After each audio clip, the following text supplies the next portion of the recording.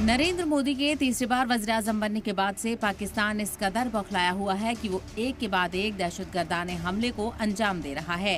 रियासी और कठुआ के बाद दहशतगर्दों ने कल देर रात डोडा में भी हमले को अंजाम दिया, जहां दहशतगर्दों ने 4 राष्ट्रीय राइफल्स और पुलिस की जॉइंट चौकी पर गोलीबारी कर दी, जिसमें सिक्योरिटी फोर्सेज के 6 जवान जख्मी हो गए हैं।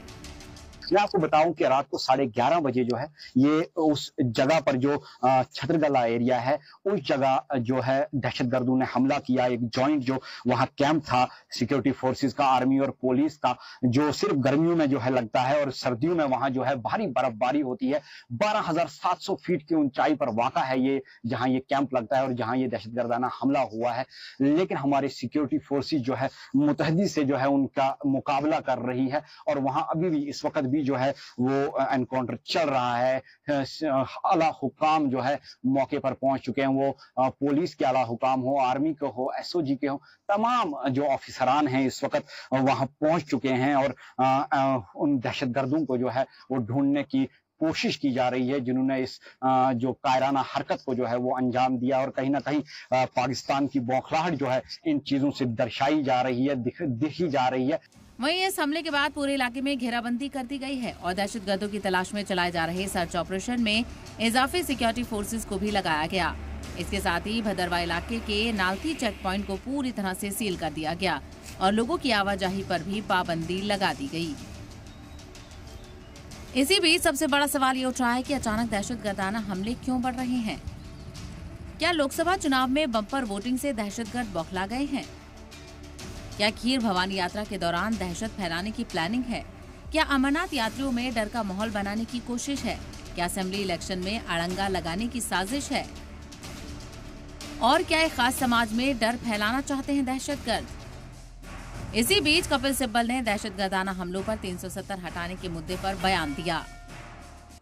5 अगस्त 2019 में इन्होंने 370 हटा दिया, चलिए हटा दिया। उसका नतीजा क्या हुआ? इसका क्या नतीजा हुआ मालूम है? आज के दिन क्या हो रहा? अभी इलेक्शन किसने जीता? उमर अब्दुल्ला किससे हारे? और वहां नारे क्या लगे? आजादी के नारे लगे।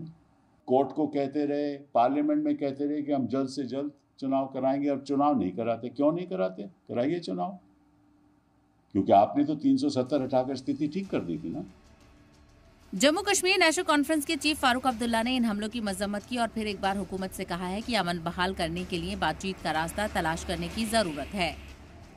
Unless we talk to our neighbors, we will not be able to solve the problem that we have here, because these terrorists are coming over the border and they continue to come. Whichever government tomorrow is in here, we'll have to still face the same thing. And innocent people die.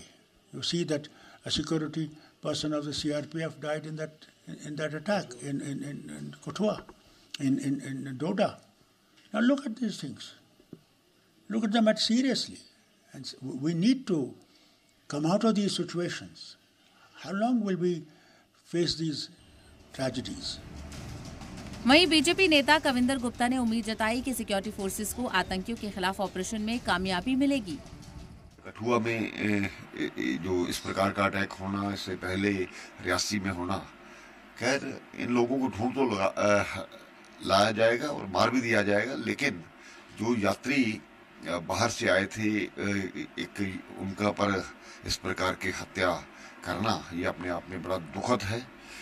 सुरक्षा बल अपनी रणनीति बनाते हैं समय समय पर, और उसी के आधार पर यहाँ पर शांति व्यवस्था पहले भी बनी है।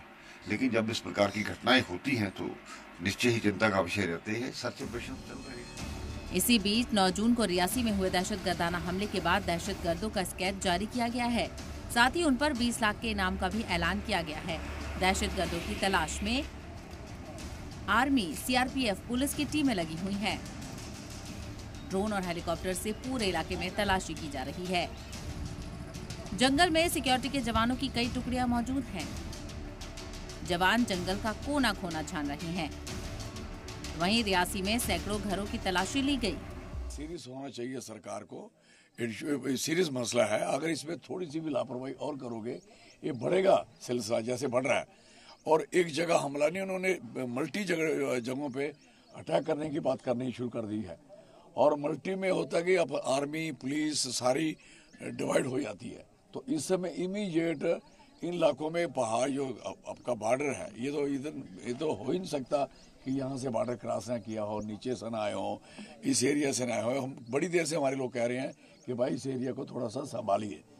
जराये के मुताबिक डोडा में हुए हमले में 4 दहशतगर्द शामिल थे, जिनमें से एक के मारे जाने की खबर है, जबकि एक दहशतगर्द को घेर लिया गया है। वहीं 2 दहशतगर्दों की तलाश में सर्च ऑपरेशन जारी है। ब्यूरो रिपोर्ट, सलाम टीवी।